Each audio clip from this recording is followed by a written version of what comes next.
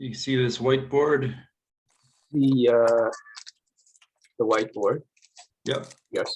Yes. I see both of us. Okay. Okay. Yeah, so I did ask about the ground rules in the email. The ground rules are let you talk, right? that would probably be good if it's like for a limited time. Let me try to go for 20 minutes. Okay, but if you need more, that should be fine. Okay. So I'm going to be using a lot of your favorite subject, sheaf cohomology, and so there are these things. That's start. There are these groups feeling. God, what's going on? It's like I'm writing in Same kind of problems I have all the time. Okay. Yeah. Okay. So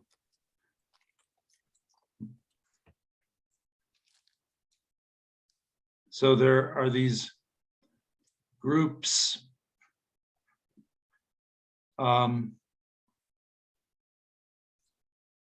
where this is pretty much any sort of space, and this is any sheaf of abelian groups on the space.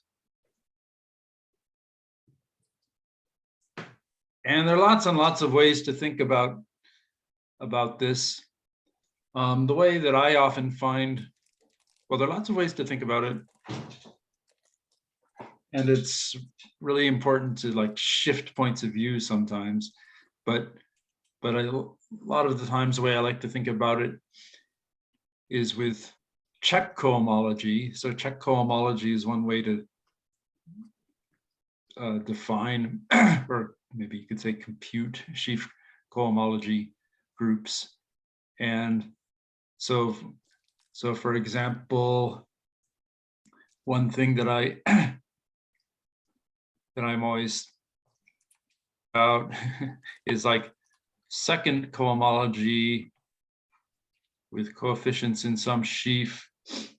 So like we could do second cohomology with coefficients in the sheaf of invertible functions, and so these are like invertible complex functions. And it's actually interesting to compare the the case where these are holomorphic functions, which is sort of in the jargon sort of hinted at by this notation O star. So that's what it really means to most people. But it's fun to compare it to the case where they're just like smooth functions, because that sheaf cohomology group is also interesting, and that's works out quite differently because of the rigidity of the holomorphic functions compared to the smooth functions. So when I think about this, I think about it in the Czech point of view very often, and so I'm imagining that I've like covered my space with open sets, and then let's see, I'm probably going to get this wrong. Oh, yeah, I always get the numbering scheme wrong. I was about to complain. Okay, good. Well, then you were right. So yeah. So for first Czech cohomology, then for every intersection of two open sets, we'd the way we get a cocycle in first Czech cohomology is with a bunch of transition functions, which are maps from these intersections to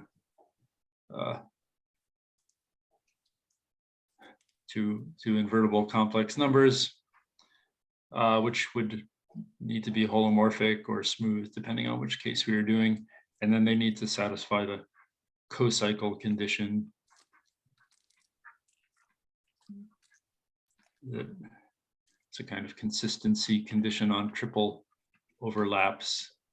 And if you have such a 2 cocycle, it's a way, I think of it as like a way of assembling a line bundle or maybe a principal C star bundle by attaching trivial bundles on the open sets together, gluing them together via these transition functions.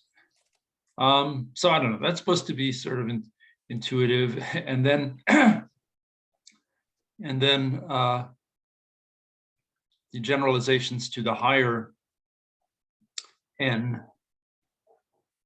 Czech cohomology groups are these n-gerbes generalizations of this idea where you would have some kind of meta transition functions for triple intersections or going on even higher ones.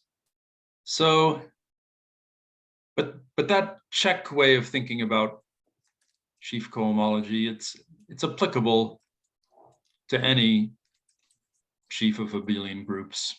You can define this, these equations make sense for any sheaf of abelian groups. So you can think about it that way. You can also think about it other ways, and maybe that would be better sometimes. But anyway, so like a standard thing, which is definitely probably worth like thinking about a whole lot, but I don't know if I want to do it right this second, is if you have a short exact sequence of sheaves of abelian groups, then you get a long exact sequence in Czech cohomology, and it's sort of like long exact sequences of where you have change of coefficients in any sort of cohomology theory. And so some of it is really routine, that if you have a cocycles valued in a sheaf A, you can just hit them with this homomorphism and turn them into cocycles valued in B, and then you can turn those into cocycles valued in C. So that's sort of applying the maps in a straightforward way. And so the sort of interesting part, and the part that requires a lot further thought, is this connecting homomorphism where you jump up a notch and loop around back. So in some sense, that's where like all the action is. And well, that's not always true, but that's like the that's sort of the most exciting part about this business. And so I'm not going to, I mean, so what I should sometime do is just like give an illustration of how that works. I guess I probably don't really want to give an illustration of how that works in the, like, I mean, the illustration would be like to like really see why it's what this map is and why it's exact at that point and what that means geometrically or whatever. But I'll just sort of charge ahead and say, okay, so we're going to like look at an example where we have here. So this here is the sheaf. This is a stupid name for the sheaf of locally constant z-valued functions. So you could call them smooth z-valued functions or holomorphic z-valued functions if you want. And because those would have to be locally constant. And then you can think of locally constant z-valued functions as a special case of holomorphic functions. So this is the sheaf of, well, now I'm doing the holomorphic case, but you should always keep in mind like the smooth case too. So these are like the sheaf of holomorphic functions, holomorphic complex functions. Why do you emphasize smooth instead of continuous? Is there a big difference? No, no particular reason. Okay, go ahead. Yeah, those would work too, and those would be good. Those very typically will give you the same results in cohomology as the smooth and continuous would often give the same results if you're like on a manifold. Okay. So, Yeah, so when I was like talking about it on the blog, I just picked smooth just because we had a manifold running around. So, but it doesn't really matter too much. So then you can exponentiate a holomorphic function, and you need a 2 pi I somewhere or other. So one place to put it is here. So you exponentiate 2 pi I times your function, and you get an invertible function, pointwise invertible holomorphic function. Well, it's everywhere invertible. And so you get this short exact sequence of sheaves. And since e to the 2 pi I of an integer is 1, this is a short exact sequence. I guess this group, you're writing it multiplicatively, and these you're writing them additively as the group operation. So this is like this is like the fundamental thing. Is this exponential short exact sequence. And the kind of thing it gives for you, just sort of like writing down what it gives you for you, is so you can do nth cohomology with coefficients in this sheaf Z, and then it will map to nth cohomology in this sheaf O, and it will map to nth cohomology in this sheaf O star. And then there's the interesting part, the weird part, where it maps to n plus first cohomology with coefficients in Z again, and so on. And there are some things that are good to know here, which is this sheaf cohomology with coefficients in a sheaf that's of constant functions valued in an abelian group. When your space is at all nice, which is the only kind we're considering, this is just the same as any other way of computing the cohomology of the space with those coefficients. Yes. So this is okay, good. So this is good, so to speak. That is like we're like assuming stuff like, oh, I know how to compute the cohomology of a torus or some space or other. Some other way, then I know this entry here. So that's handy. Let's see. So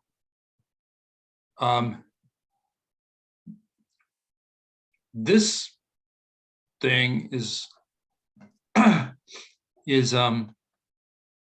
it's very nice and simple when O is the smooth functions. When O is the but if we're thinking about O being the smooth complex functions, that's called a fine sheaf. Sheaves, it's a very flabby, it's not technically quite flabby, but it's or again, if it were continuous, if the continuous ones. Right. Yeah. So for them, this would just be trivial, except I guess for when n equals 0, there's you get something. Yeah. So that's, well, and that's very nice when it happens, because of course that shows up. That one shows up again if you keep marching along the exact sequence. So yeah. So say that again. What shows up if you march along the exact sequence? The coefficients in O shows up here and here. Yeah. And so if those are both 0, yeah, then sure. Then you get something nice out of it. So yeah, so if O, I'll put it in the subjunctive. If O were like continuous or smooth functions, complex valued functions. Yeah, so then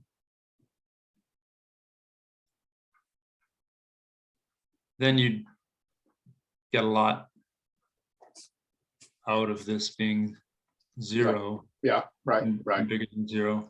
And so then we get this nice thing that the nth cohomology with coefficients in the invertible functions is the same as the n plus first cohomology with coefficients in Z, which is something Right. It's kind of like knowable.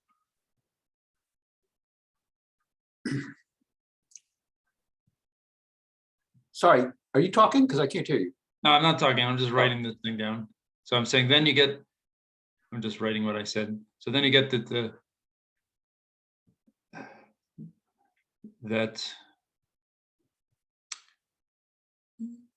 you get an isomorphism.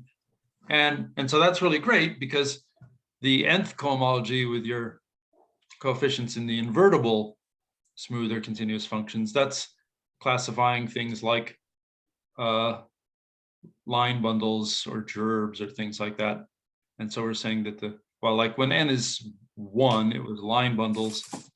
So like line bundles then are classified by second cohomology with coefficients in Z, which is something, of course, you know already from some other approaches. Yeah, I am tempted to interrupt a little bit here. Should I? Try to resist it. Okay, go ahead. Okay, so we get things like, so complex line bundles correspond to H2. So that this isomorphism in that case is like called the first Chern class. That's just what people call it. And so, so you talk about the first Chern class of a complex line bundle being a complete classification of it in the continuous or the smooth cases. And then, so what we're saying is that that's going to work for gerbes and n-gerbes too, but this Chern class thing, I don't know if people do call it, I don't think they really call it like the second Chern class or the third Chern class, but these higher versions of that will be cohomology classes of higher degree. But then we also see that conversely, that things aren't going to be quite so simple in the holomorphic case, which is again something you know, that the holomorphic line bundles aren't going to be classified in quite so nice a way, but you still get them. But the sequence still gives you a map, so you still have a map. This is still like the smooth or continuous case, but in the holomorphic case, you still get a map, and we know that already too. And that's really relevant to this Néron Severi business, because what we're saying then is that a holomorphic line bundle will have a first Chern class still. And since we know that those first Chern classes really are just classifying, say, smooth or topological line bundles, then if you think about it, well, it seems completely believable anyway that this map here, what it really is doing is it's taking your holomorphic line bundle and picking out its underlying topological or smooth line bundle, if you identify these guys with that. And so the image of this map here is going to be the interesting, well, it's going to be one of the interesting things now. The image of this thing is going to be this Néron Severi group.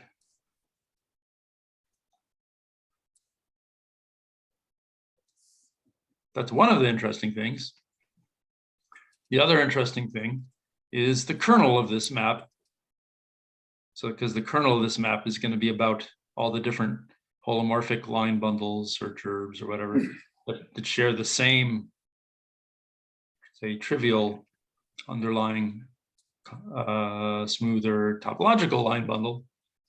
So that kernel is like the other thing that we're always, well, one of the other things we're always interested in. The kernel is what I'll call the Jacobian.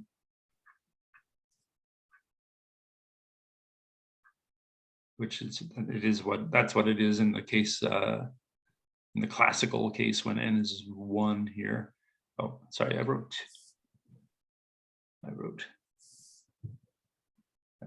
2 and n plus 1. So understanding this map in the holomorphic case is good because it tells us, if we understand it well enough, we know the Néron Severi group and also the Jacobian. Let's see, how am I doing on time? That could be a decent place to stop. The next step would be to actually do some stuff, to actually go ahead now and study the image or the kernel of this map. Maybe I'll take a minute just to like say what you can work out about the image, which you know because you've heard me talk about it, but sort of like how you figure out the image, which is this Néron Severi group or the higher Néron Severi group. So it's sort of interesting to think about that. So let's see. So we got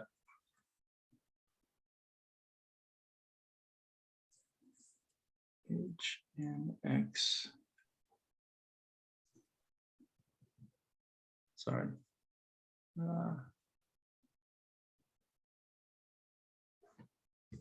Sorry. All right, I need to look at something. Okay.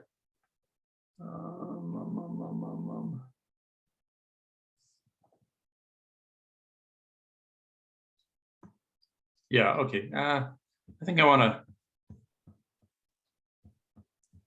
redraw a bit more of that exact sequence here. So we really started using the long exact sequence of it to get somewhere with this. So, okay, so we want to understand the image that I was just talking about. Sorry. So it's the image of this map from the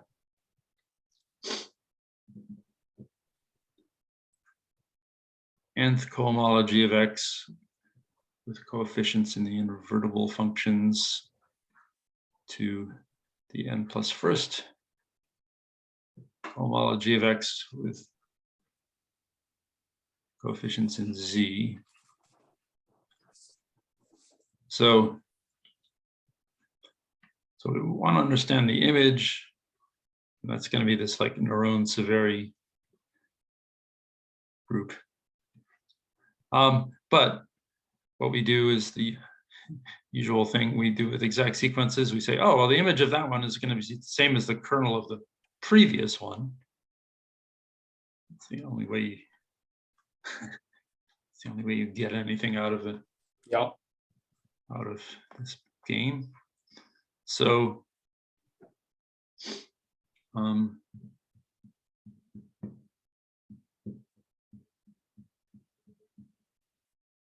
oh, sorry, the image of this one is the kernel of the next one. So I really don't know how to do this stuff. Okay. Okay. Right. Okay, I got to go down here. So the next one is where we include the integer valued functions into the general functions, general holomorphic functions. So that's so that's equal to the kernel of this next one. I'm going to make up names for these just for my own purposes, but well, I don't know. I don't really want to make up names for the kernel of this one. So we're looking at so we really want to understand the kernel of that one. So we've got these integer valued Czech cocycles, and they're mapping to these function valued cocycles. But Francis pointed out that a really good way to understand the kernel of, so we're looking at the kernel of going from here to here, but a good way to understand it is to stick something else in between, which is the complex valued but constant cocycle. So C here is the sheaf of constant C valued. So if something is in the kernel of this composite map, there's sort of two ways it can be in there. It could be in the kernel of the first one, or it could like survive the first round of eliminations and then be in the kernel of the second one. And that's that's an immediately useful thing to think of, because the kernel, why? Because this cohomology with coefficients in integers, it's going to be some abelian group. It'll be actually like a finitely generated abelian group when X is some reasonable manifold, like a compact manifold. And so when you map it over to the complex, the coefficients that are complex, then the torsion is getting killed, and the torsion is exactly what's getting killed. So what this map here is, it's just like mapping in tensoring with C. So the torsion, so the kernel of this first part is just the torsion part of the integral cohomology. Now, when we're thinking about abelian varieties, I guess one reason we love abelian varieties is that they don't have any torsion in their cohomology. But I was just wanting to think of things more generally, and so it's nice to notice that like anything in the torsion of a cohomology will automatically be part of the Néron Severi group. Because it will be in the kernel of this composite map. So the torsion part of your cohomology, of your integer cohomology, that'll be in the Néron Severi group. But that's sort of like the exotic part or something like that. And then you can separately study the rest. So like when you have a finitely generated abelian group, it's always a direct sum of its torsion subgroup and some free abelian group. So after we've understood the torsion, we can just think about the free part. And so the free part, none of that gets killed when you complexify. It's just like embedding z to the n into c to the n. So none of that gets killed off of the first step. So to understand the kernel of this composite map, you just need to think about what happens at the second step. So you need to understand. So you just need to understand the kernel of the second map, right? So the kernel of the composite map is the torsion of this thing, direct sum the kernel of the second part. And so then this is like where the real action happens, so to speak, in terms of like, well, I'm sorry, that's not quite right. I should say it quite right. It has to do with that alignment issue of like how the integer cohomology. I mean, that's what I'm really struggling to understand here. All the rest of this is very straightforward. But anyway, go ahead. Yeah, well, okay. So I should say it a little bit better then. So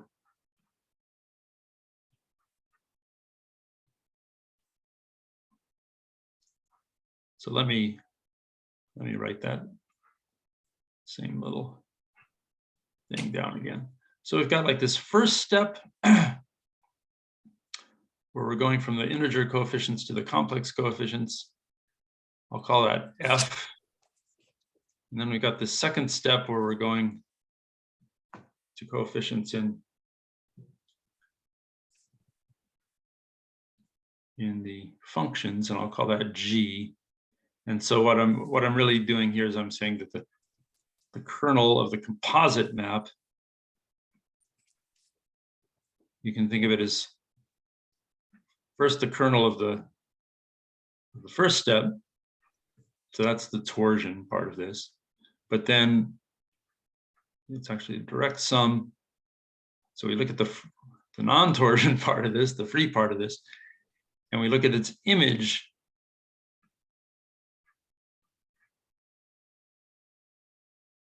in here, which is, and then some of that will die in the second step. So this is where the alignment issue comes. I think at first I sloppily said that, oh, then we'd look at the, well, I really can't write. Then we look at the kernel in the second step. So I said something like, oh, we look at what survives in the first step, and then we then we just need to think about what dies in the second step. But what really matters is not what dies when we apply G, but what dies when we apply G that was actually integral. So there'll be this kernel of this second step, which is sitting inside here. And then there's the image of the first step, which is this integer lattice, or integer cohomology sitting inside here. And so this intersection here is sort of, could be different sizes depending on how well aligned the integer cohomology is with this kernel. So none of this abstract nonsense is going to completely tell us what everything about what the answer is, because there's different kind of things that can happen. But maybe to keep within my time limit, I will just sort of say what the answer is for this thing. And so what it is it's the image of F intersect. So then we describe the kernel of this map G more explicitly.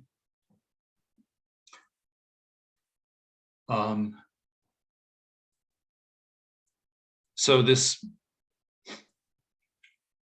cohomology group in the middle is the complex cohomology of our, now X is being a complex manifold, and actually let's let X be a Kähler manifold. So then what we can do is we can use Hodge theory to bust up the cohomology into these Hodge groups.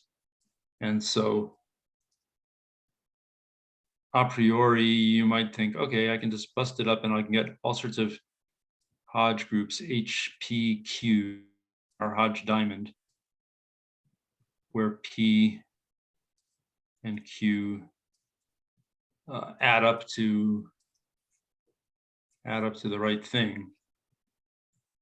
We're looking at a certain row in the Hodge diamond. Since we're looking at the n plus first cohomology, we want them to add up to n plus 1. But well, that's not, I'm not writing the right thing yet. This is just the formula for the whole cohomology here. But you can ask okay, what in here actually dies? And it turns out that what dies is exactly the case where, see, this is all about holomorphic. These are just about holomorphic functions. Yep. And so what dies is just the, let's see, I think what dies is just the purely, oh God, it's either the purely holomorphic stuff, that doesn't make sense. So it must be the purely anti-holomorphic stuff. Yeah. So let me, well, so the kernel of this guy G, what it is it's the part where the P and Q add up to the right thing, but P, that's the number of holomorphic parts, so to speak. I can't write there. My tablets. Right. So I'll write it in front of it. The P equals 0, that's means no holomorphic guys, only anti-holomorphic guys.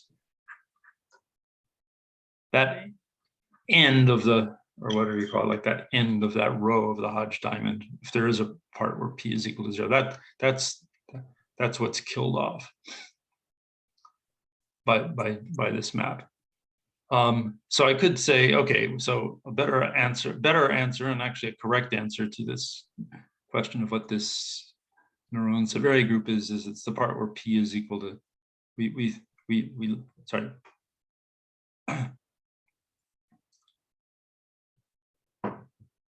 Sorry, man, I'm really confused. I meant P not equal to 0. Okay, I was wondering about that too. Okay, yeah, good. So we want P not equal to 0. So this would be a correct answer. But it's not the best answer. So it's the intersection of the integer cohomology, that is the image of the integer cohomology in the complex cohomology. The intersection of that with the sum of all the Hodge groups, except for this 0, 1.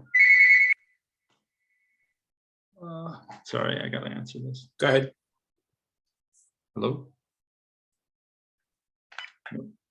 So, but then Francis gave another nice little argument, which says that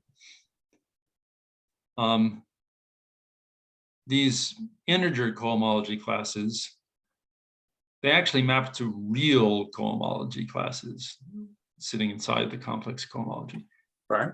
And complex conjugation acts on these, or it acts on this direct sum, and it acts at mapping the PQ guys to the QP guys. If you complex, so the guys that are integral have got to be invariant under complex conjugation. So if they don't have any P equals 0 part, then they can't have any Q equals 0 part either. Okay. So because you're taking this intersection, you can also just say, oh, well, there's no way it could be just Q equals 0 either. Okay. And that gives you like a more symmetrical picture. So yeah, so that's the basic, that's the upshot there. So like if you have something like this P not equal to 0, Q not equal to 0 restriction is saying like, leave out these guys and leave out these guys. And then depending on what kind of line bundle or gerb or 2-gerb or whatever you're interested in, you know, the things you need to think about are living in here or here or here. Yeah. So this I guess would be like, let's see. So H2 is for line bundles. So like line bundles would be, this would be relevant gerbs, this would be relevant 2 gerbs, this would be relevant if I've got the numbering right. Right. But of course, what I'm drawing is just a picture of the Hodge diamond, and you have to intersect it with the integer cohomology to actually get the Néron Severi group, and that requires more personal attention to your variety, to your complex torus or complex. This works for a Kähler manifold, all this stuff. So this requires more personal attention to it. So that's the upshot. That's all I guess I want to say. Yeah. So there are probably tons and tons of things we could talk about. Well, I do have tons and tons of questions and comments. I think I'm probably not going to try to ask or say much right now about this stuff. Maybe partially because I want to do other stuff, but yeah. I mean, a lot of stuff you're talking about is stuff that I sort of already have some idea about, but I really need to work out some of the examples myself to get the flavor of what's going on. I was just going to make one very silly comment, which was that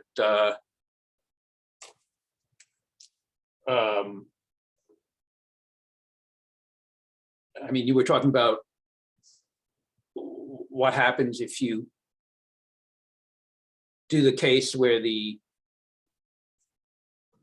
middle sheaf in the original short exact sequence of sheaves, if that middle one is instead of the holomorphic complex valued functions, if it's just the complex, well, just the, I mean, you said smooth ones, but let's say the continuous complex valued functions. Uh-huh. And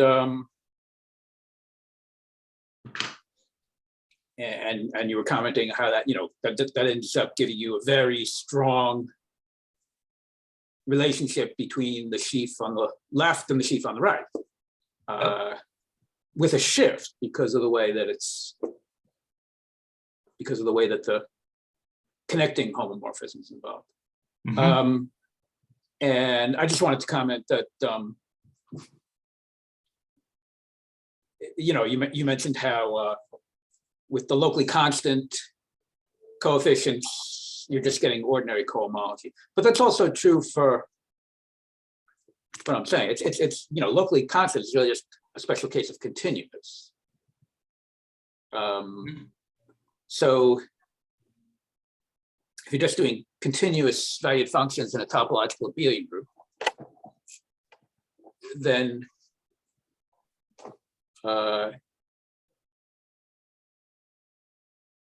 you know, you're really just taking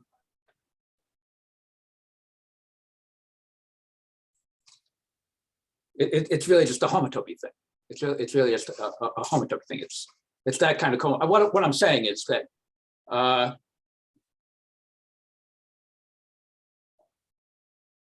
mean, what you're really getting in that example that I mentioned is just you're getting this Eilenberg-MacLane relationship between the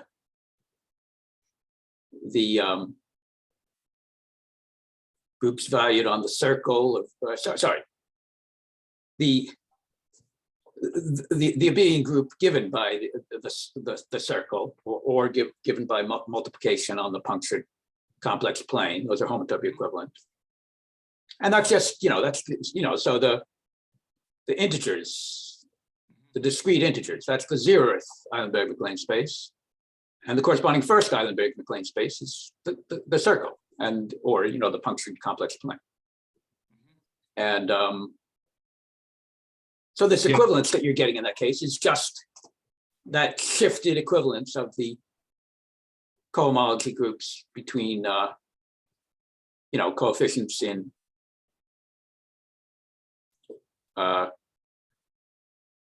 the coefficients in the 0th versus coefficients in the first Eilenberg-MacLane space. Just yeah, that's nice. So this holomorphic case is like some kind of weird mutant version of that. I mean, that may not be the most comparable way to think about it, but anyway, you can think of it that way. So I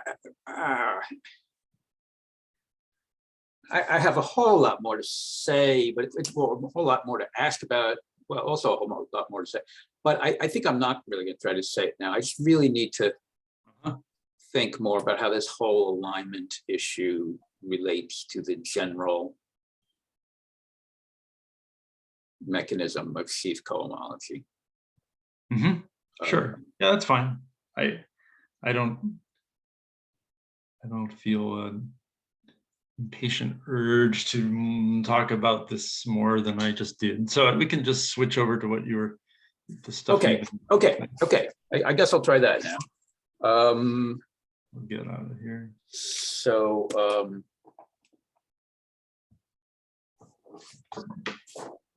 well, look, I'm just checking my notes here to see whether I wrote down everything that I wanted to write down about what you said. I guess I sort of did. All right, so I've actually been thinking more about all the stuff that you're just talking about than I have been thinking about what I'm supposed to talk about now. So I'm not sure what that means in terms of how well prepared I am to talk right now. But presumably I thought that I was well enough prepared that I could just talk off the top of my head about this upcoming stuff. But we'll see how that goes. So we're trying to follow up on our discussion from last time, our plan to learn the belief method. You know, a lot of it is relearning for me, but a lot of it is actually learning because you know, there are a lot of unsettled questions about it. All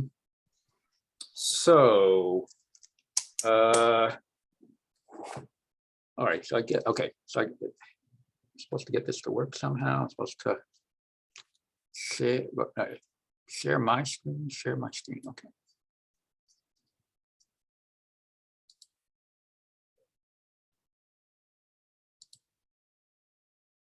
All right. And okay, so that looks like it's sort of working, right? Yep.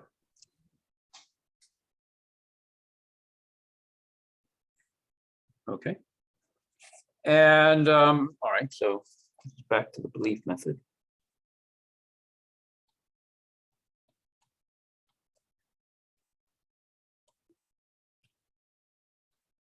So I think what I want to do today is I want to just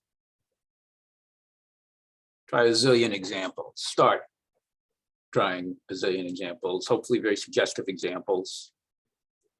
I think I mentioned in an email very briefly that one of the things that I really want to do is, well, so the belief method works with any belief doctrine. There's lots of different belief doctrines, but there are two belief doctrines that are particularly interesting.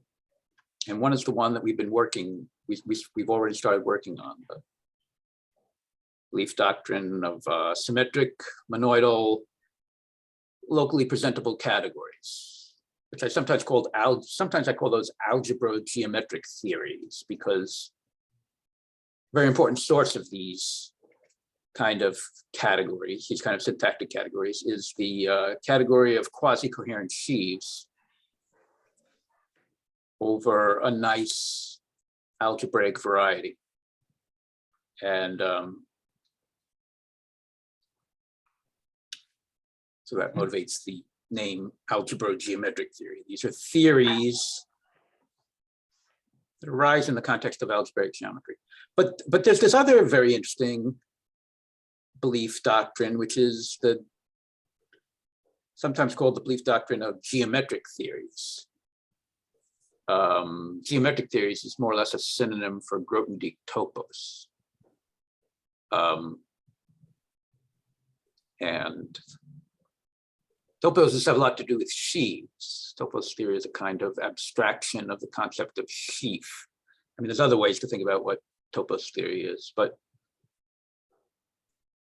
so at some point, I should really tell you a lot more about how to think of geometric theories. The Grothendieck topos is forming a belief doctrine, and so that's one of the things I'm supposed to do.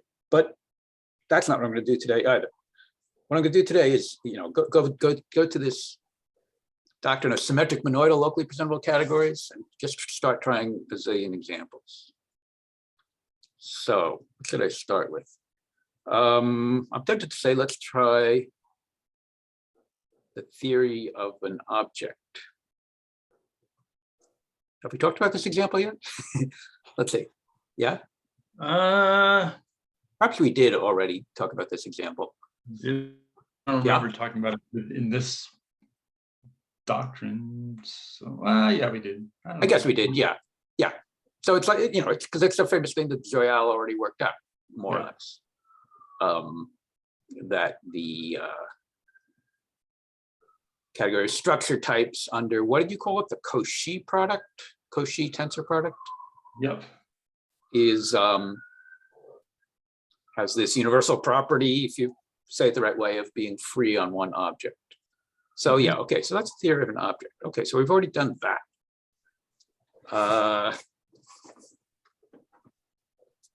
Sorry, I just have to quickly write a note to myself before I forget something here.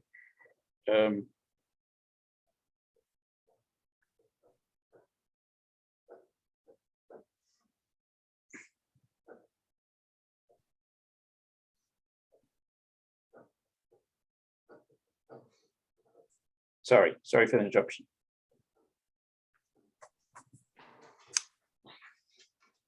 All right, so let's start trying to put things together. Let's see. Let's try. Well, right, so we're doing a kind of categorified polynomial algebra, right? And so far we've put in a categorified variable, categorified generator, but we haven't put in any categorified relators. So let's try something like that, something a little bit like that. So let's say the theory of an object X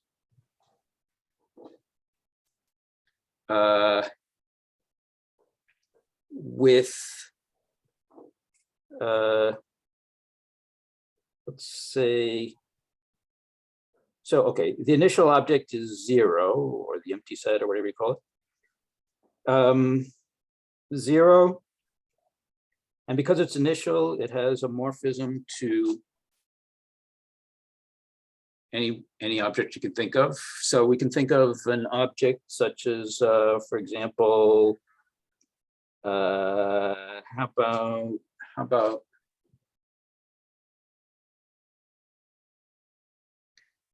about X? Let's see. Let's say, all right, I have to think about Young diagrams here. Young diagrams can be used as abbreviations for Schur functors, like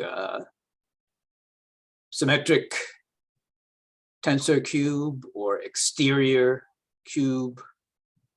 And I just have to try to remember which is vertical and which is horizontal. So I'm thinking that in the standard convention, or in sufficiently standard convention, maybe the vertical one would be the exterior cube. That sounds reasonable enough. You're not going to complain. That's the one I like. Okay. Are you using like vect enriched symmetric monoidal categories now? Yes. I just suddenly switched. Because, you know, whatever's convenient, whatever's interesting, we can always relativize in this game. Yeah. I mean, maybe at some point we should actually say something about what justifies this ability to relativize, but it really, we have great freedom in relativizing. So, yes, but in fact, we're gonna undo this relativization at certain points too. But for now, we're gonna take as our base, we're working over complex vector spaces as our base. It's also very interesting to take real vector spaces as our base instead of complex ones. But let's work over the base of complex vector spaces.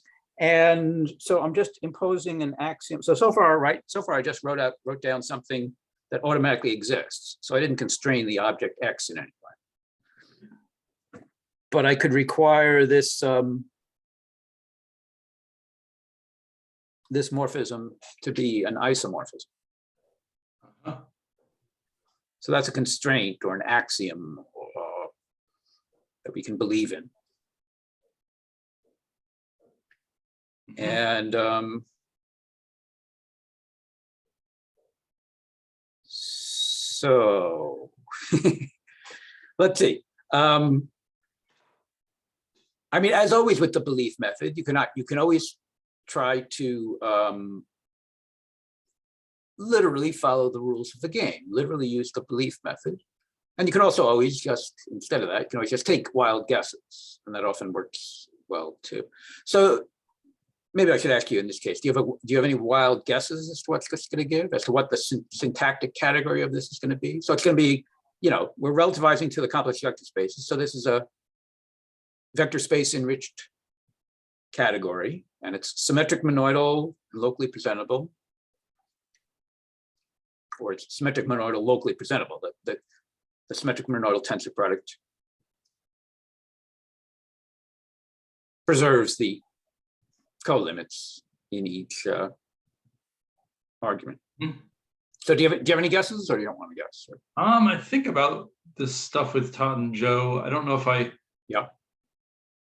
know. Yeah. So one thing about this that so one thing I sometimes call it is like it's an object.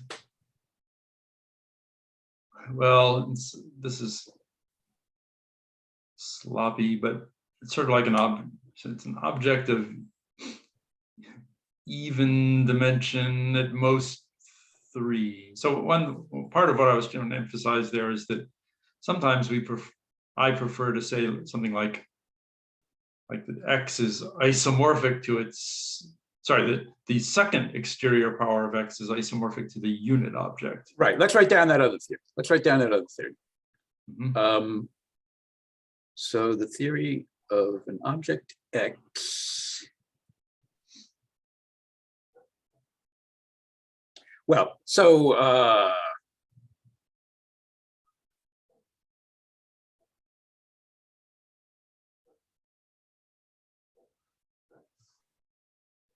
I mean, again, it's conceptually more complicated to believe in a morphism than to just believe in a property, a property which we can generally express as the invertibility of a morphism. So far what you're saying sounds a little bit like believing in a morphism, but there's probably some good way, and probably Martin Brandenburg's thesis, there's probably good discussion of how to phrase the theory that you're talking about, how to phrase it in terms of invertibilizing some morphism that already exists. So they're actually very different theories. So what did you say? What was your verbal description? Attempted guess or like verbal description for the first one? You said even dimension. What? Well, I'll just say what I said. I didn't like it, but it's like even dimension at most 3. All right, you got me really confused. Why even dimension? Well, yeah, I don't really like that term, but what I'm alluding to is that. Oh, even in that way. Oh, even in that way. Okay, I thought you meant you didn't want 2-dimensional objects. No. It's just. I think what you mean is, okay. I think what you meant to say, if I can correct you, is you meant to say positive dimensional objects, less than 3. Okay, well that's fine. Yeah, I mean, yeah, we often talk about even objects and odd objects. Yeah, but in some sense, it's okay. I don't have this completely. I don't have the terminology completely cleared up either, but I suspect that it's going to make more sense to say that the even objects are positive dimensional, and the odd objects are negative dimensional, or something like that. I'll think about it. So, yeah, I mean, I sometimes call this first theory the theory of an object of subdimension 3. Okay. Yeah. Well, so let me give you some other. Let me just. Okay, there are a number of theories that I can give you. So you could also say the theory of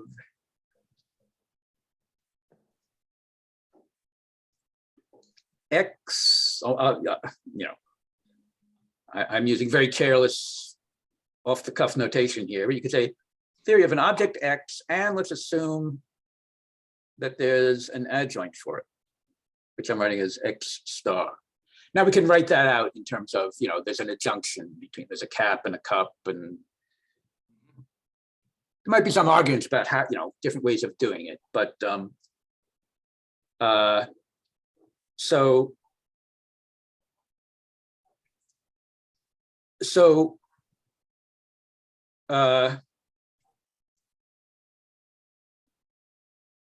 well, you could stop here. This is a theory. Have you thought about this theory very much? And what it looks like? Yeah? Yeah, sort of. I don't know how much. Yeah, I definitely have. Usually as a prerequisite to doing other things. As a stepping stone on the way to imposing some further conditions. Is that what you mean? Yeah. Well, I mean, so you can just combine these two theories together. You could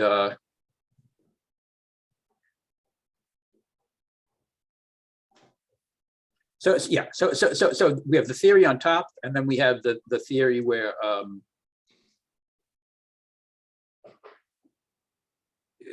basically where you give X both an adjoint, freely give it an adjoint, but also give it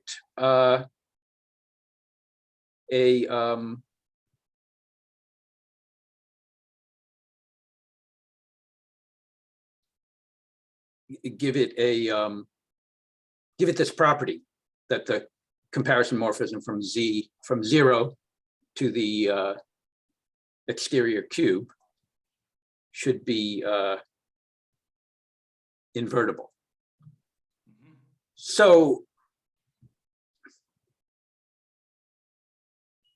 do you have any idea what these syntactic categories look like, in particular about what the difference is between these syntactic categories? So let's see. So we have right. Okay. Here we have let's see, the theory of X and X adjoint and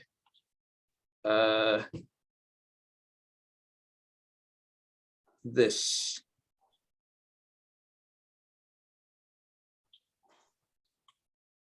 So, I mean, right, there are interpretations of theories from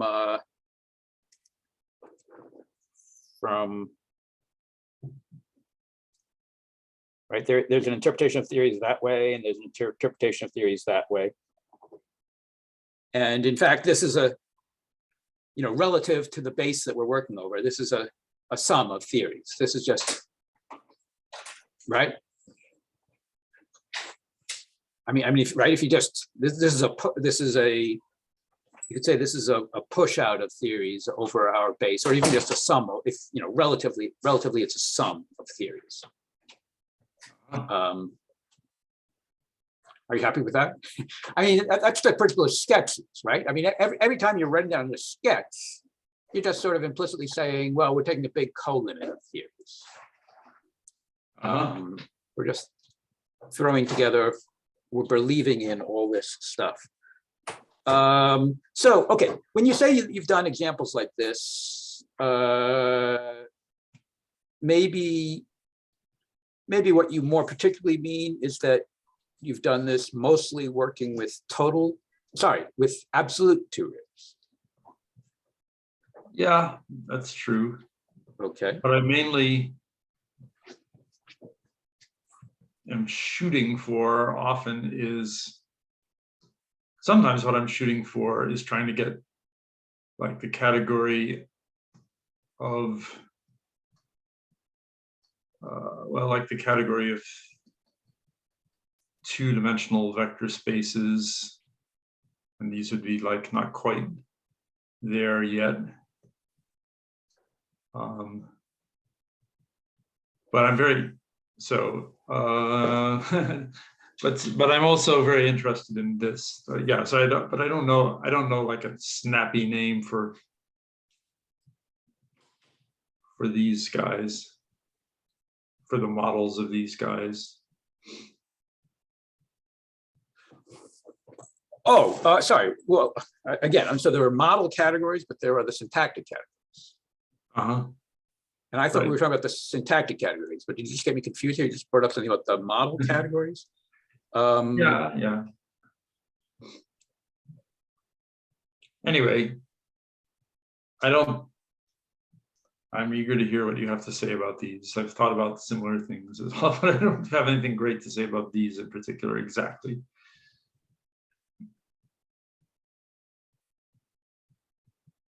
All right, well, okay, but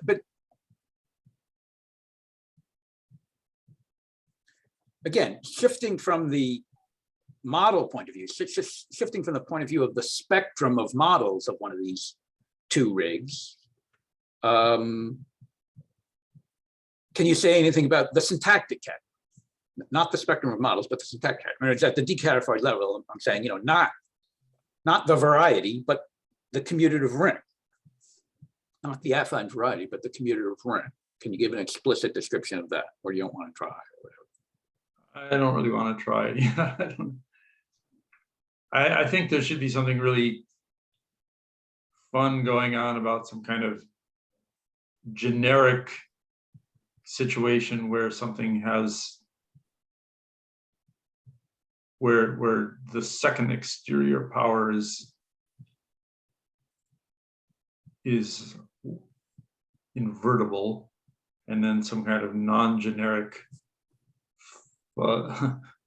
fuzz attached to that, which is like less generic cases that can happen. But I haven't really thought about it enough to like know how to formalize. Yeah. So by the way, when I was talking about this being a sum or a push out, I guess I really should have said, right, that it's really a push out over the theory of X.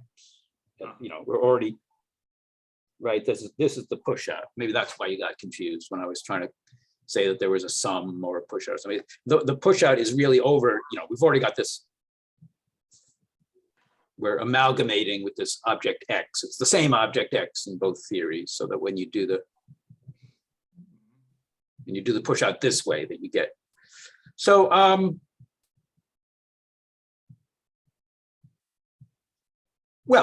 okay, so what about this theory, the one that I just put in, the theory of X? Now we've already said that that's Joyal's structure types, but we're relativizing. So can you say more specifically what it is? Or did we already say specifically what it is?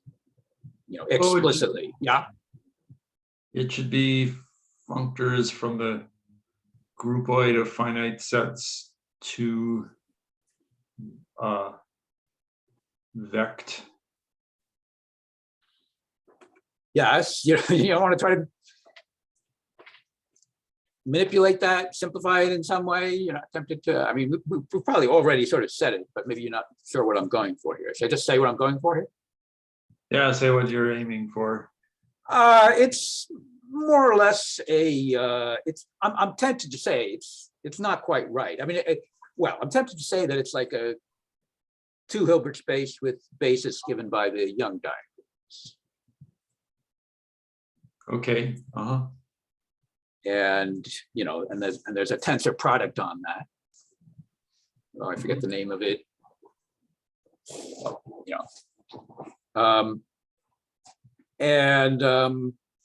Like I say, I'm tempted to say that. I mean, if we were doing it in the doctrine of absolute two rigs, then it probably really would be that. I mean, I guess it depends on what somebody's official definition of a two vector space is. I did say two vector space. Did I say two Hilbert space? I should have said two vector space or something like that. But if you're doing it in this belief doctrine where it's locally presentable, then you're allowing things like arbitrary small coproducts of these Young diagrams and things like that. So it would still be the underlying locally presentable category would still be free on this sort of basis given by the Young diagrams.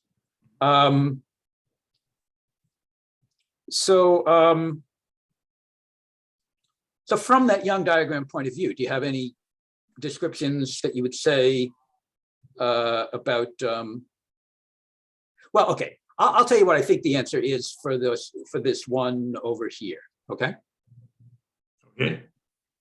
So I think it's going to be basically you just put a cutoff. You just put a cutoff on the size of the Young diagrams, on the height of the Young diagrams. Mm-hmm. And basically the cutoff is, 3 is no good. As soon as you get to 3, it just dies. So as a category, is it just a, yeah, is it, I mean, that sounds right. Is it just checking that still, so every object is a sum of Young diagrams with that cutoff? Every object can be seen as like a... Yes. Okay, so somehow not remember or whatever that it's like so decomposable or whatever that so like the objects, yeah, or so semi-simple or something. In fact, right, it is in fact semi-simple. It is in fact, so this one over here is a 2-vector space, but this one here is also a 2-vector space. I think this one down here is not going to be a 2-vector space, if I remember correctly. I haven't thought about this one in a while, but it's very interesting. But this one over here, you can see when I'm sort of pointing to them with the cursor. Just barely, but yeah. If I well, okay, maybe I need some better way to. As long as you keep wiggling it around, my eye eventually catches it. Yeah. Yeah. It's Okay. like a small fly. Yeah. Yeah. So this one is, I think this one is a, semi-simple in the same sense. All these 3 on top are semi-simple. I think this one on bottom is not semi-simple, but it's still very interesting. So yeah, in fact, I think we could prove that this one over here on the right, that it is really just the, how do I say this? As a total 2 rig, it is just the Cartesian product of 3 factors. One of the factors is the representations of GL1. One of the factors is representations of GL2, and one of the factors is, sorry, I guess it's GL0 and GL1 and GL2. I guess those are the 3 factors, the representations of those 3 groups.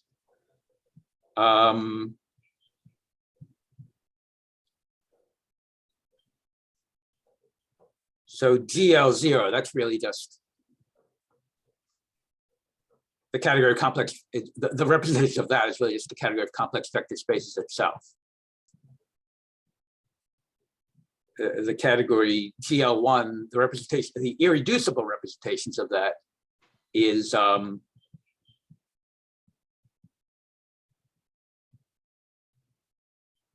it's right. It's got an infinite sequence, not doubly infinite, but just singly infinite sequence of n-gerbes. And then the arbitrary object is just, so that it's and you can just think of that as all of the horizontal Young diagrams. And that is the that's the basis for the representations of this is GL1 over the complex numbers. And when I say it's the representations of GL1 over the complex numbers, there's what about the dual of the, so GL1 has this like tautologous representation. I'm sorry, I didn't say that right. Sorry, I'm sorry, I didn't say that right. You said it right. You're right. Does it no, I guess that's right. No, I guess that is index, but doubly infinite. I mean. Wait a minute, let me think. Don't tell me, don't do it. No, I think it's right. GL1 has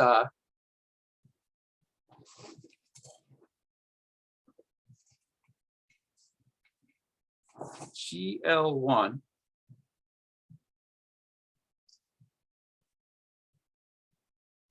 GL1 has Z's worth of irreps, right?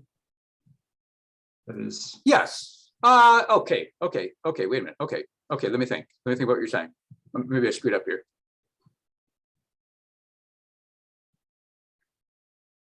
Sorry. Yes. You're right. I just made a silly mistake. That's right. So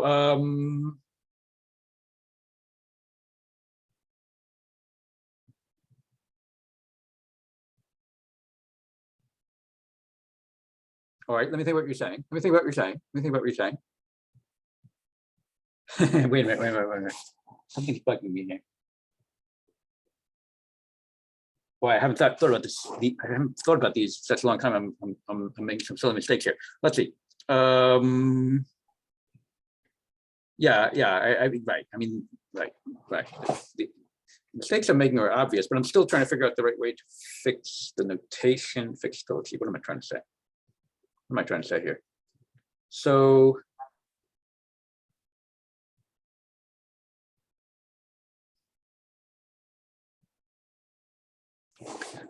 All right, I'm struggling here. Let's try this a little bit. Let's think about. Well,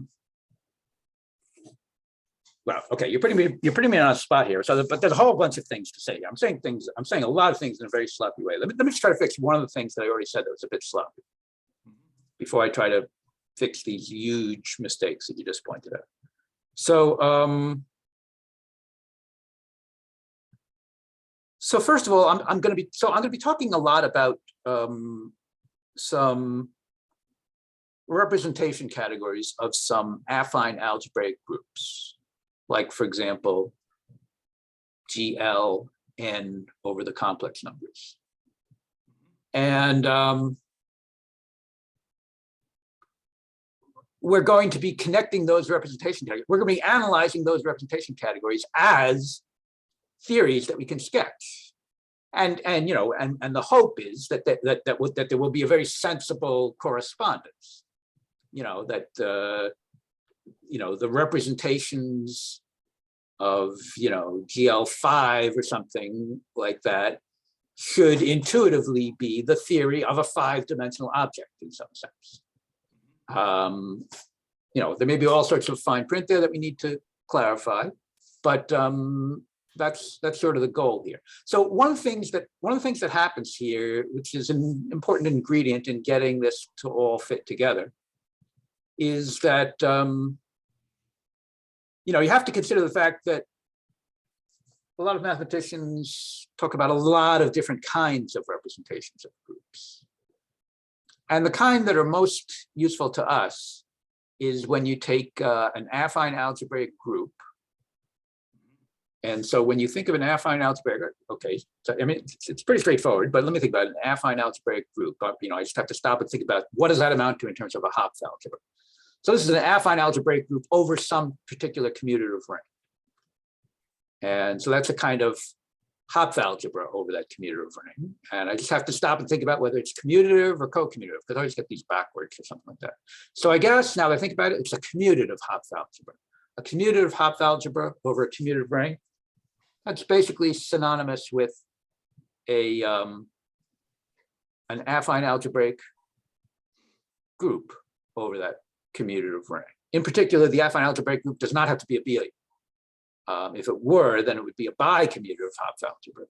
But just, an affine algebraic group, not necessarily abelian, that's a commutative, but not necessarily co-commutative Hopf algebra. Mm-hmm. And then you have to think about, when you have a commutative Hopf algebra, what kind of modules or comodules or whatever of it give you a theory of our doctrine. And the sensible one, the one that mostly is the right one to use, is the comodules. The comodules. The comodules of our commutative Hopf algebra. So if I just, casually say, let's consider the representation category of some group. In this game, what I'm likely to mean by that is to construe that group as an affine algebraic group, construe that affine algebraic group as a commutative Hopf algebra over the base ring, over the commutative base ring, and take the comodules of that commutative Hopf algebra. And that will, in a very nice way, which is good to understand, automatically form a theory of the doctrine, a symmetric monoidal locally presentable category. And in fact, this will generalize in a very nice way to not only when you have an affine algebraic group, but when you have an affine algebraic groupoid. When you have an affine algebraic groupoid, when you know, if right, so there's sort of an analogy right there, an analogy there that we should understand. It says something like affine algebraic group is to commutative Hopf algebra as affine algebraic groupoid is to what? And it basically ends up being, am I saying this right? Commutative Hopf algebroid. And commutative Hopf algebroids, those also have comodule categories. So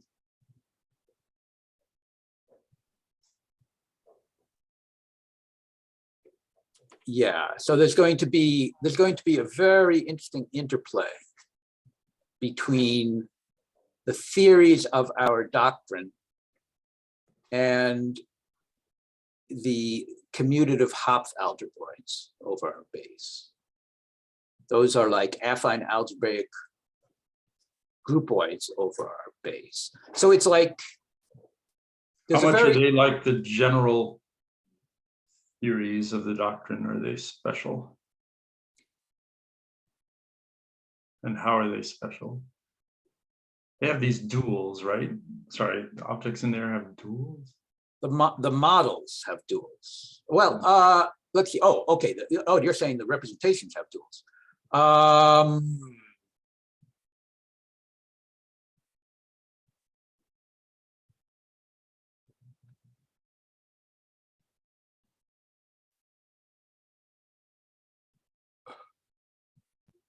So you weren't. Well, it's a little bit tricky because it's not like every object in the category has.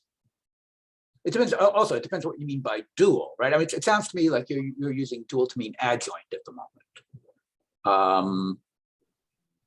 And you know, there's something about. I mean, presumably somebody knows a lot about this and knows the right way to say it. But I mean, see again, if you're working with absolute two rigs, then you may very well be able to get away with saying that you're interested in these syntactic categories where every object has an adjoint. That's a very interesting thing to do. But we're dealing with a doctrine where you can't really get away with that because you have things like, you know, a countable basis vector space. If you try to give that an adjoint, then something's going to give. So yeah, I was just wondering. There are a lot of issues here. Go ahead. Yes. But you weren't trying to say that these affine algebraic groupoids cover all examples of your doctrine. They're just some large bunch. Well, we also have to think about going the other way. I mean, right? There's going to be some. Okay, so let's see. So you can start out with one of these affine algebraic groupoids, and you can get one of these theories. Yes, you get one of these theories by taking the comodule category. But then you have to think about, you know, is that, so what is that? That's a morphism of bicategories, I guess. But is it like an inclusion of bicategories? I'd have to stop and think. I'd have to think, you know, what are the, there's a lot of tricky questions here. I wasn't trying to make it Okay, anyway, it's fine. I just Well, wanted to make I mean, sure that yeah, we weren't trying to like completely, there would be really cool to like get like a perfect equivalence between we want to make theories of some sort and some kind of algebraic. people think a lot about this, and you know, some people probably know a lot more about this than I do, but there are a lot of issues involved here. But okay, so there is a okay, one of the things we can say is that given one of these affine algebraic groupoids, you can get one of these theories by taking the co-modulus of that commutative Hopf algebroid. But at this point, I'm not prepared to say that that's like an inclusion of bicategories. But there's a process. So you can ask for some, you can wonder about whether there's some adjoint, left adjoint or right adjoint process going the other way. And this is very interesting to think about. And I don't really want to think about it too much right now because it's too interesting, but you really do want to think about that. So like if you have one of these theories, you can wonder about the best approximation to it in the world of these commutative Hopf algebroids or affine algebraic groupoids. And it's very much of like what I think of as an interplay between syntax and semantics. So these theories are very syntactic objects, but these affine algebraic groupoids are closer to being semantic objects. I mean, they have, you know, it's like you have this groupoid of models or something like that. Affine algebraic groupoid of models. It's a very interesting question. You have this process of getting the theory from the groupoid, and you can wonder about going the other way and, you know, trying to beautify this correspondence in a way that becomes as perfect correspondence as you can get. And, you know, the ideal is to develop some sort of perfect, near perfect correspondence that gives you like, you know, a perfect correspondence between syntax and semantics. So it'd be sort of like a completeness theorem of some kind.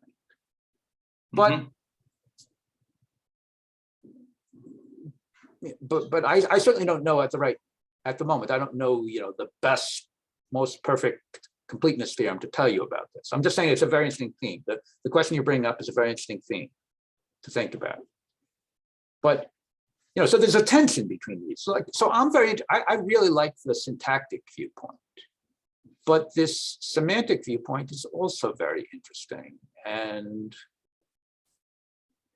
there's a lot of interplay between. So we really do want to understand that. But I probably shouldn't even gotten caught up in this yet.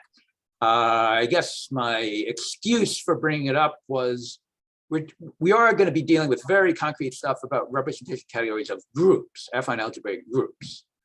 And that's going to be very interesting to play with. But somehow that gave me the excuse to mention this generalization to affine algebraic groupoids, which gets really interesting.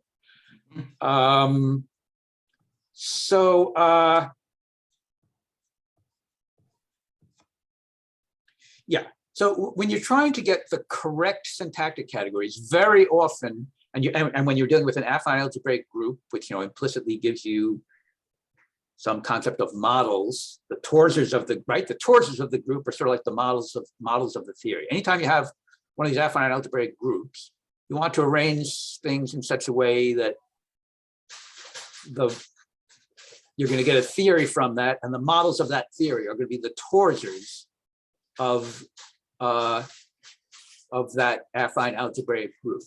And as usual, there's the multiple meaning of torsors, that they could be, you know, sort of constant torsors or variable torsors, meaning, you know, principal fiber bundles, morally speaking.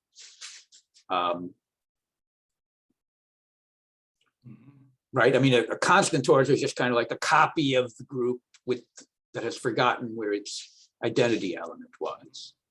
But then when you start thinking about models of this theory in some variable universe, and you're dealing with bundles of these torsors, so it becomes a principal fiber bundle, morally speaking. So that's the kind of thing that we're doing. So,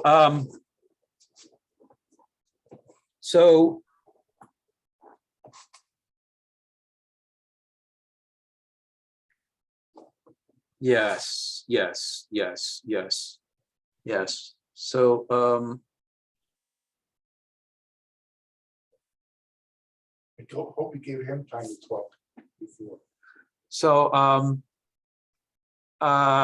let's see.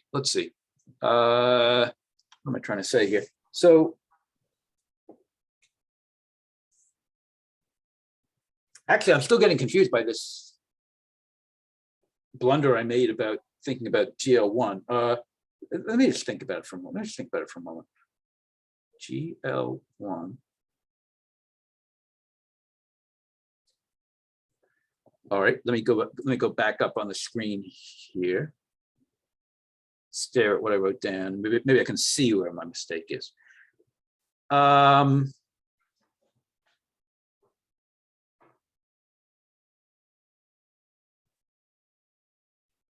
Yes. Okay. Okay. Right. So I think I just was making a silly mistake, that I forgot that. Right. You can't get really this theory of a one-dimensional object. Right. You can't get it with just the single generator. You really do need a second object generator. Or just making a silly mistake. You know, the object X and its adjoint X star. Mm-hmm. I'm gonna need to pause this a second. Sorry, I got. Go ahead. Okay. So I'm gonna go ahead here. Yep. Sort of try to remember where we were. So I'm not really sure I do really need to remember where we are, because I am flailing around here and doing stuff in a very disorganized way. But let's try.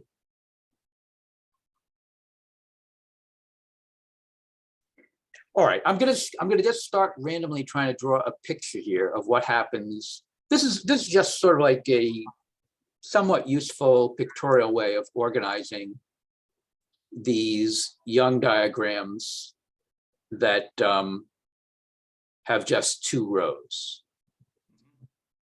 Although I'm also tempted, let's see, I'm also tempted to try to establish the claim I made, which was that those are the objects that believe that the, let's just experiment with that for a moment. Let's just see if we can figure out if that's true. So we're looking for the objects.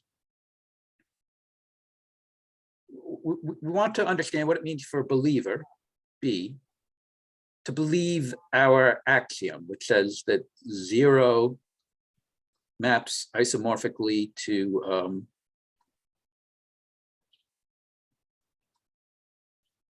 the third power of X. And at this point, we don't have a generator for the adjoint of X, or we just have it as X. Mm-hmm. So we get, all right, don't tell me.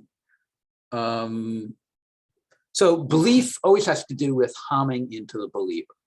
So we write 0 homing into the believer.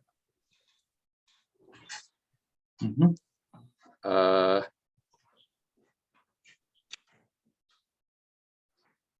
Should have this isomorphism. I'm saying this one. Homing into the believer like this. And this is the internal hom in this Young diagram category. And, you know, so this is going here. This is supposed to be like this. And this is just the terminal object. Homing from the initial object. Am I saying this right? Internal homing from the initial object into B is just the terminal object.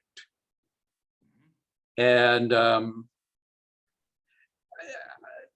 this perhaps, I mean, if I'm not sure to what extent you've already seen me do this, that I very often need to distinguish between the unit with respect to tensor product and the terminal object. And I might, you know, for the terminal object, I might notate it with, well, I might notate them with, what happened? Is that working? Yeah. I notate them with the tensor product that they are the unit object with respect to, so this is the tensor unit. For the Cartesian unit, I might put some symbol for Cartesian product, which I guess most people use like an X or something, a big X for Cartesian product, but I often just use a dot for Cartesian product. If you force me to use an X, I'll use an X. But so this would be my symbol for the Cartesian product. And the reason why I often have to take the effort to distinguish these is because they really show up. They both show up a lot. I mean, right? I mean, we're working in the doctrine where there are these tensor products, but when you start applying the belief method, the Cartesian products start showing up a lot because of the fact that when you believe in a colimit, it has to do with, it becomes a colimit because you're hamming the colimit into the believer. So it becomes a limit property involving the believer. So I mean, this is what we're saying. We're saying that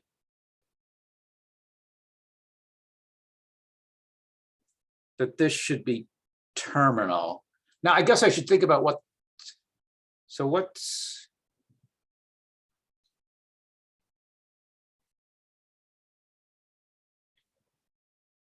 okay, but now that I think about it, I guess this does reduce to 0 again. Is that right? Because we have 0 is a strict initial object. So it's also, it's actually, it's an absolute initial object. So it's actually the terminal object as well.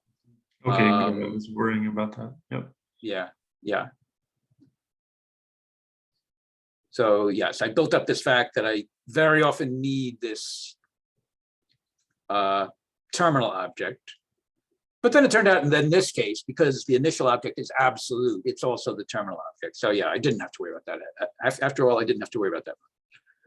But still, some other time it will get me in trouble. Yeah. So what we're saying is that the believers in our axiom are the things that such that when you take this internal Hom, the comparison map to 0, the comparison map, to 0, will be an isomorphism. So but that's just the property of being 0. Mm-hmm. And so that's the specific claim I'm making. The specific claim I'm making is that when you calculate the internal Hom of these Young diagrams, in order for B to have this the property that so B started out just being some colimit of these Young diagrams, some direct sum of these, some coproduct of these Young diagrams. Mm-hmm. But when you internal Hom this vertical 3-box Young diagram into any sum of Young diagrams, my claim is that the ones that give you 0 are precisely the ones that stick up above the second floor. So those are the ones that don't believe. And so the believers are the ones that are just built out of these shorter Young diagrams. Uh-huh. So, right, if I were completely on top of the game here, I would be able to say something instantly about why it really is true that when you calculate this internal Hom, that it's 0 precisely in case something's. Did I say that right? I mean, maybe I should be doing it term by term instead of the whole sum. Let's see, but maybe I said it backwards. Is that what I said? I said it backwards. So the ones, I think I ended up saying backwards. I said that the ones that don't believe are the ones. Right, the ones that believe are these shorter ones, right? The ones that believe are these ones that don't stick up past the second floor. And so at this point, I'm sort of leaving that as a homework exercise for anybody who wants to do it. Like I say, if I were on top of the game, it would be completely obvious to us why this is true. Do you see why it's true? I'm not sure yet. I see why it's true, but what? I think I see why it's true. I mean, you want to say a spiel about why it's true? Maybe I'll understand, or maybe I won't, but go ahead, yeah? So this particular type of belief is just picking out a property. That's right. That's right, just the invertibility of this comparison morphism. That's right. And so every object in our initial theory, namely a vector valued species, is a sum of these Young diagram. Yes, every coproduct of Young diagrams, yes. And so B is something like that. And it's something like that such that the internal Hom from this 3-box Young diagram to it is trivial, 0. Yes. And this is like a semi-simple category. So let's see. Wait a minute. I mean, this sounds like it's some sort of, third derivative with a factorial in the denominator or something right. like that. Internal Hom, right. Okay. I'd have to stop and think about it to really see how it works. But should we just leave it as a homework exercise for now? Yeah. I see that we need to understand internal Homs where there's out of different Young diagrams other than just like the 1-box Young diagram, which is like the plain old species derivative. This is right. Some kind of higher derivative. Right. These more complicated Homs it gets harder and harder to squint and view them as being some kind of derivative. But I think with this one, you still can't think of it as being a kind of derivative. Categorified derivative. So yes. So right. So these are the believers in our axiom. So I'm going to try to give a visual pictorial depiction of those 2-row Young diagrams in a way that will help us understand how they form a syntactic category in our theory. So I guess, okay, now the main thing I have to do is I have to know how to get a new page here. How to get a new page? Come on, there must be a new page button here. What do I do?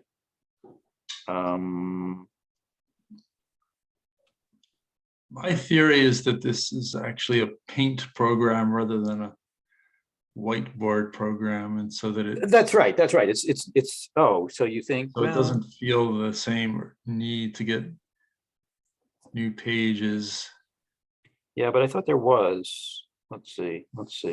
Well, what you did last time was, I think, essentially equivalent to starting a whole new one. That is.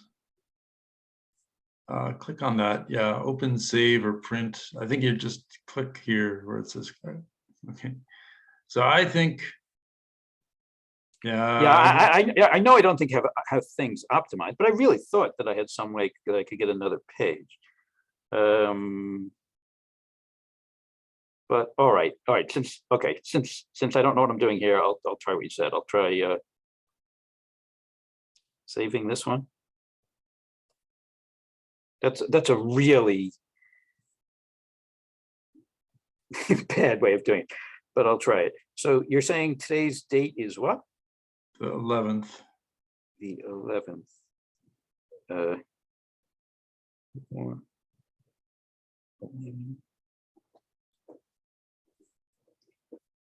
Really struggling here.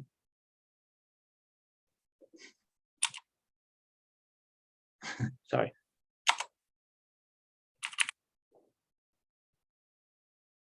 Okay. And now I'm getting a new one here. Yeah. Okay, sorry. Okay. So let's see if I can get this to work.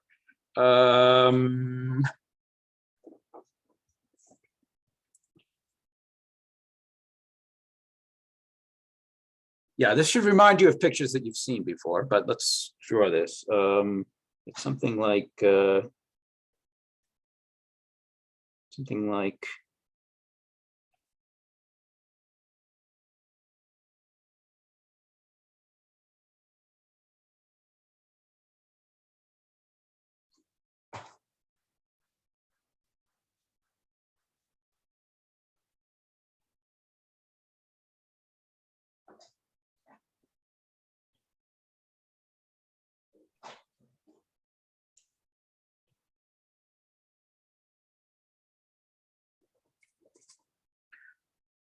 all right, now I have to figure out, so these dots represent the basis in our sort of, two vector space. But I have to figure out which dot corresponds to which Young diagram. Mm-hmm. And it's going to be, don't tell me yet, when I really need it, you can tell me, but let's see. Let's see, it's going to be something like, yeah, and I haven't done this in a while, but it's going to be something like, Is there a 0 box Young diagram? that's probably what it is. That's probably what the origin is. Let's say that's, and let's say this is like that. I'll make some wild guesses and then we'll see how it goes.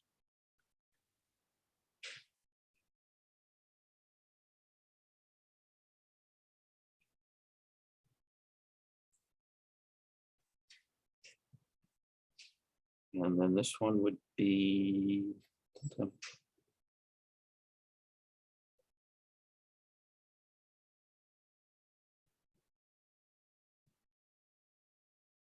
maybe this is sort of working. This would be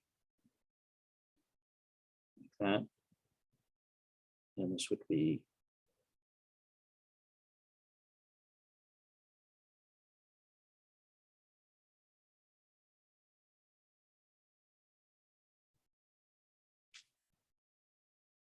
what's this one?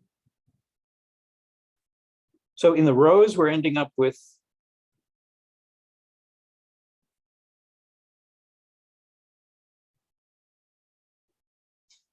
things that have the same number of boxes in the Young diagram, right?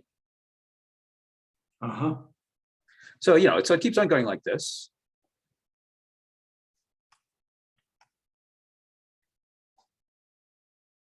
And so this is like the positive representations of GL2.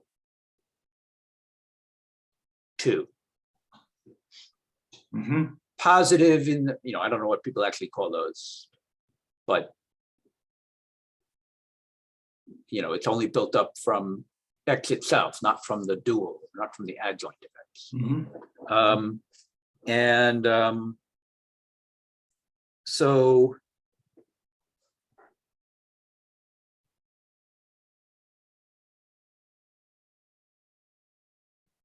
So maybe the point is that you should, right? Okay, so there's a kind of background. There's like, right, there is a.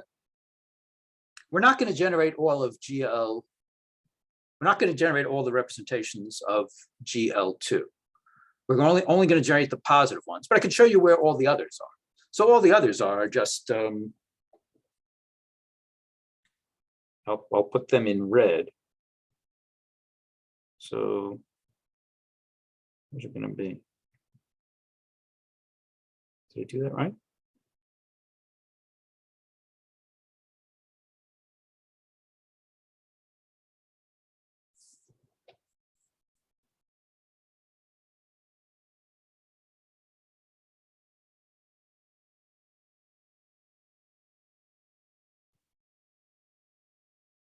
That's not a dot right here. That's a picture of a 0 box Young diagram. Okay.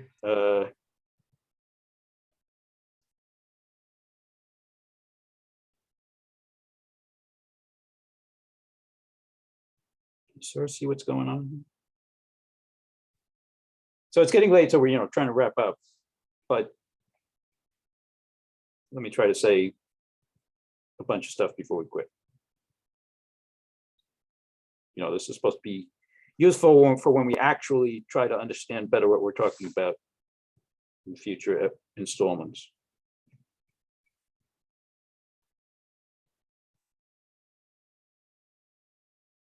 Well, so yeah. I don't have good color schemes here. Let's put in the positive thing. I'm calling it the positive part. So it's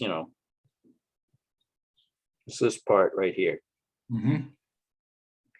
On the other hand, there's also the negative part, which is like, am I doing this right? Up here. So that's where the adjoints of these live. Uh-huh. But then there's also all these other objects that you can't get either by pure positive or pure negative. You have to mix together the positive with the negative. So for example, the adjoint representation of GL2 is like right there, I think. Uh-huh.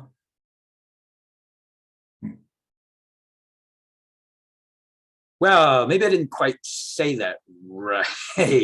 And is that the adjoint representation? Often I'm thinking about whether that's the adjoint representation of GL2 or the adjoint representation of SL2, but construed as a representation of GL2. But so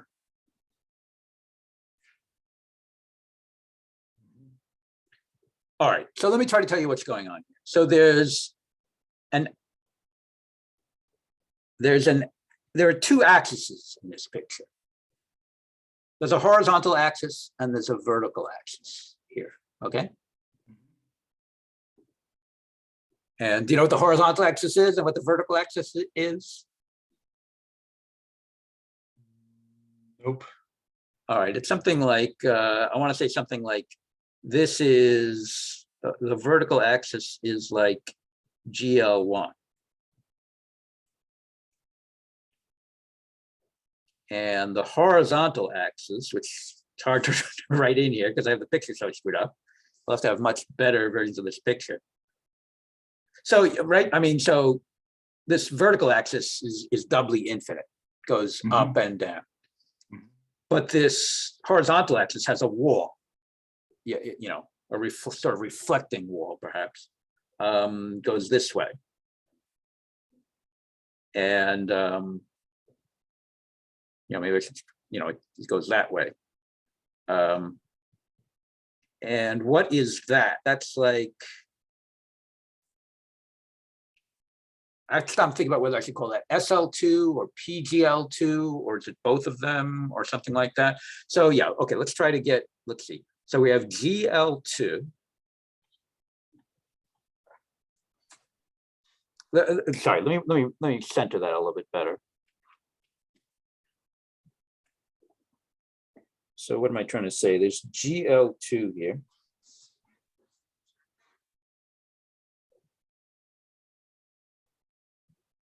For the moment, I'm not going to write in GL2, comma, the complex numbers. I'm just going to write GL2.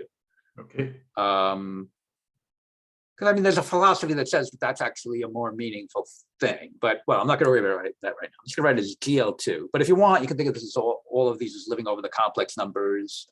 Later on, we can try to have it living over other commutative rings. But so let's see. There are some interesting subgroups here. There's SL2 is a subgroup. And it's got a sort of, is it a normal subgroup? I guess it's a normal subgroup. So it's got a sort of co-kernel.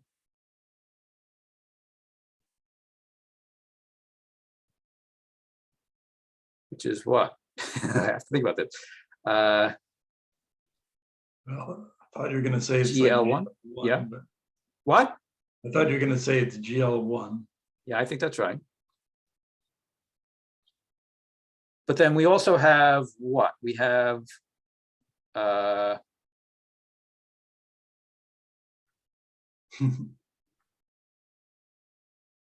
this other subgroup, which is it GL1? There's GL1, yeah. And that gives us, that's also a normal subgroup, if I did it right. Yeah. And that gives us PGL2. And now what kind of, okay, so it looks like there's a thing going here. Is that right?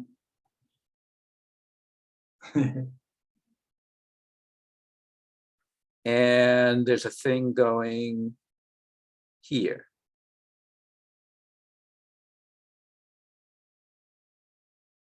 So this is what, 2 to 1?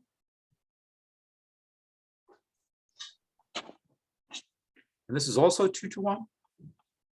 So in particular, this is not the identity map, right? This is squaring. So like, yeah, what are some of the names for these things? So GL2 to GL1, is that called determinant or something? Yeah, that's right. Yeah. It's just an inclusion. What is this called? Oh, well, are there other important names? So one of the things we're saying here is that this map from GL1 to GL1, what does it do? It takes, yeah, right? So squaring is 2 to 1. Yeah. And that's what you're getting here, because you're including these GL1 as these diagonal constant matrices. Mm-hmm. And so the determinant is actually giving them a square. And okay, now I have to just, I think I could take another 5 minutes. Just, I'm really going to wrap it up here, but I think it's going to be approximately another couple of minutes here. So I'm just trying to say that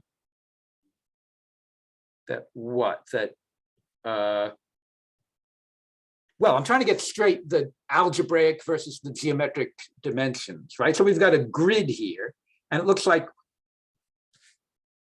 right? But our lattice isn't quite aligned. It's not, depending on what you mean by line, it's not quite perfectly aligned with our axes. Our lattice is not perfectly aligned with our axes, and that's because of this 2 to 1 phenomenon, right? So this is a sort of, I want to say it's like a checkerboard lattice,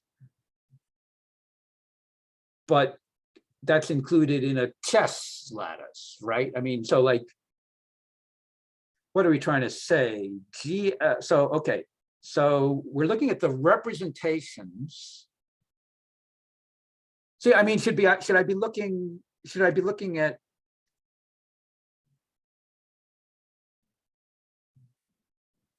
I mean, geometrically, we've got a span right here. But geometrically, we have a cospan right here. Is that right? But algebraically, right? What should we be looking at here? We're looking at the syntactic category, so that's backwards. That's the only thing I'm trying to get straight before we quit. Which way is this going? So the I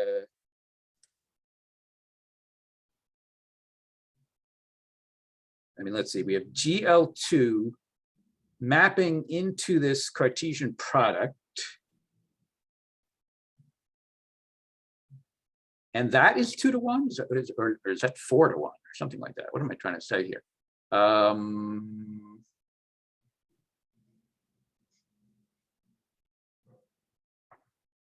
I mean, okay, we'll have to straighten this out next time. But let me just say a few things here.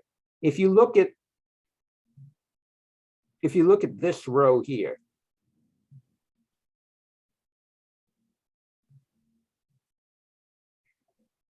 that's the representations of PGL2.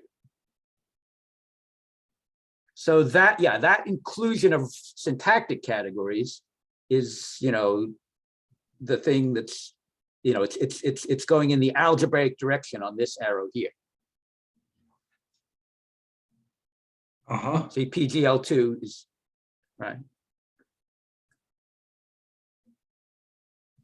But if instead of taking this horizontal, this one horizontal row, if you take all of the horizontal rows, but smash them into one horizontal row, then it's like twice that, right? So that corresponds to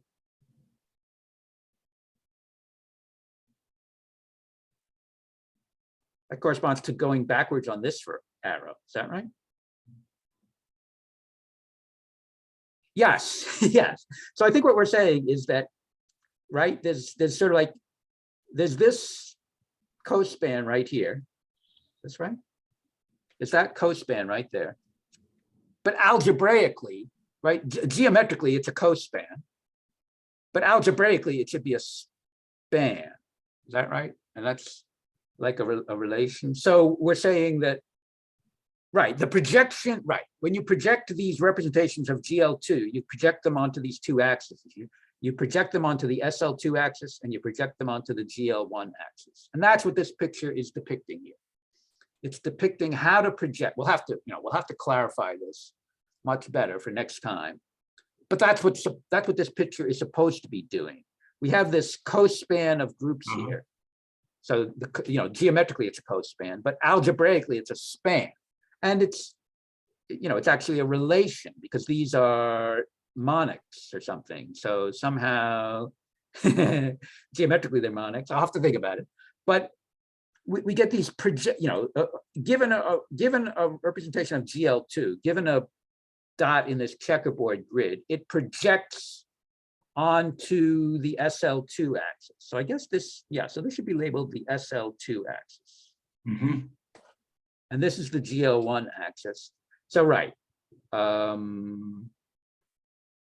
So I have to stop and think about whether that's induction of representations or restriction of representations, co-induction. But there's some very sensible process here. That projects our GL2 irreps onto the SL2 irrep axis down here.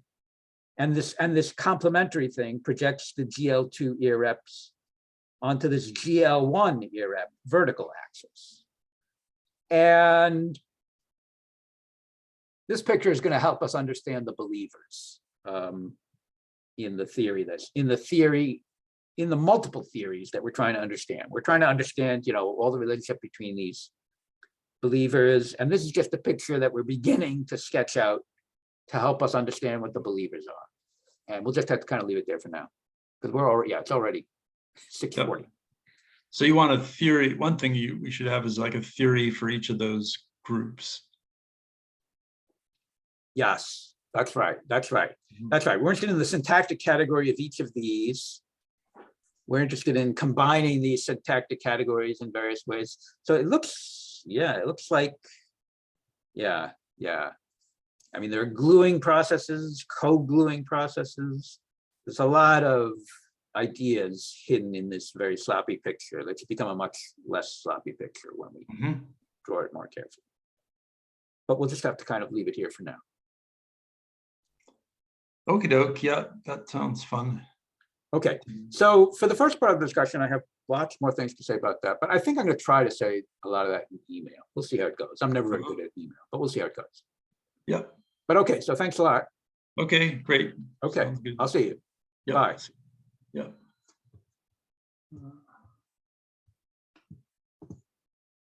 All right.